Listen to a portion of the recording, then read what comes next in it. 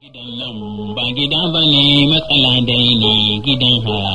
Hajiya me ya faru, fuskarki a murtuke? Kai dai bari Alhaji, yau shekaru 4 kenan na tsara kuɗi na don tsayawa yaran mu fili, amma babu kuɗi babu filin. To albishirinki uwar gida, don gujewa fadawa hannun yan walawala, akwai wani shahararren kamfani mai suna Gamu Global Nigeria Limited da suka bude sabon ofishin su a nan jihar Kano, inda yake ba masu ƙananan ƙarfi da ma masu ƙarfin da ƙungiyoyi gidaje ko filaye su biya a hankali. Matan da suke ƙananan sana'o'i kamar kuli, dambu, awara, kosai su ma za su iya shiga wannan tsari? Kwarai kuwa, Gamu Global Nigeria Limited ba a nan suka tsaya ba, muna dillancin gidaje, filotai, kamfanoni, gonaki, gidajen gona, siya ko siyarwa. Gamu Global Nigeria Limited muna tsaga filaye ta hanyar da hukuma ta amince, sannan muna karɓar kwangilar gine-ginen gidaje, kamfanoni, asibitoci, makarantu, masallatai da kasuwanni. Muna karɓar gidaje don bayarwa haya ga masu bukata matukar an cika ƙa'idoji da shurɗai. Gamu Global Nigeria Limited jagora ne wajen rijistar filotai wadda hukuma ta amince da ita.